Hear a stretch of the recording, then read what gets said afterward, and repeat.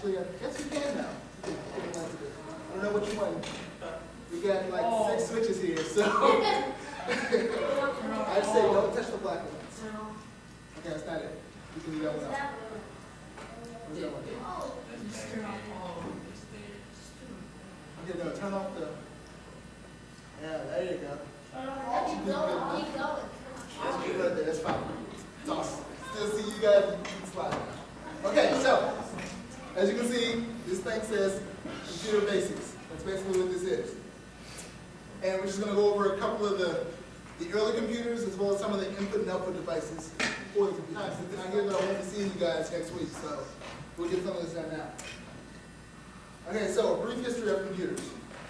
In 1830s, the first computer was, well, the first idea for a computer was created by Charles Babbage, who was a mathematician. And he, even though he designed the first computer, which was called the analytical engine, he never actually built the computer because it was too expensive to build. So he designed it, you know, they ended up building one later on once, I guess, it became cheaper to build computers, but that's what it looked like, or would have looked like. And the information for this computer would have been inputted into punched cards, which is basically a piece of cardstock or a piece of paper with a bunch of holes punched in it, representing either a 1 or a 0 to input the information.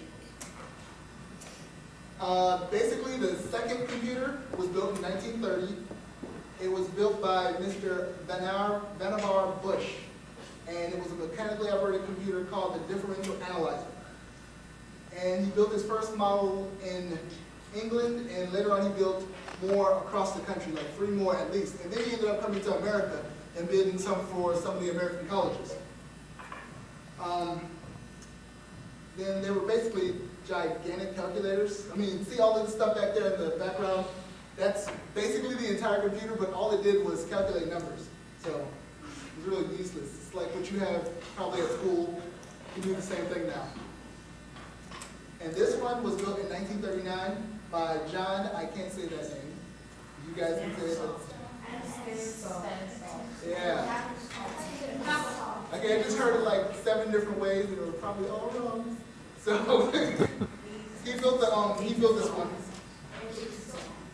The reason he built it was because the modern computers of that time were too slow, and he was trying to do his, he was trying to study for his doctorate, and since the computer was too slow, he decided to build another one with the help of one of his graduate students named Clifford Berry. And the computer they built was called the ABC, so the Asacoff or Anasoff and Berry computer. So yeah, they call it the ABC. And Anasoff. Anasoff. Yeah. Wow, number 1 just came out. Steve Jobs and Steve Wozniacki in the 1970s. I don't know the exact year because nobody knows the exact year. Apparently, we've got a secret between Steve Jobs and Steve Wozniacki. They founded a company named Apple and started building their own computers. And the ones they built, as you can see right here, it doesn't really look like the one right there. It's really different. But, you know, it had the monitor and it had a keyboard, apparently. And they called it the Apple I. 7 years later, or apparently 7 years later, because like I said, it was built in the 1970s, roughly 1972. The next one came out in 1977 called the Apple II. And it was the first computer that used a mouse for input. And up until that point, nobody actually used mice in order to, I mean, they're standard on most computers today, but they didn't have them back then. And the mouse was used to interact with the GUI, graphical user interface, or GUI, in order to, you know, click the icons, move stuff around, so they could actually see what they would see on this computer here. This is an EKG monitor, or ECG monitor, that came out in 1872. And it keeps track of a person's heart rate, and it lets everybody else know whether or not there's a heart attack coming on or something's going wrong with your heart. This one is our standard computer monitor called CRT, which is cathode ray tube monitor. And it first showed up in 1970 something when Steve Jobs and Steve Wozniacki started making their computers. It helps to navigate the GUI, which is the graphical user interface, and it displays the information that's stored on the computer's hard drive.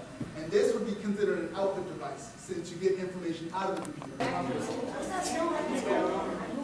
I can show you. Yes, a little question about this test, as you saw, actually on the PowerPoint. Pretty sure it's Some are old, some are new. There's your slide. The reason why this is shirt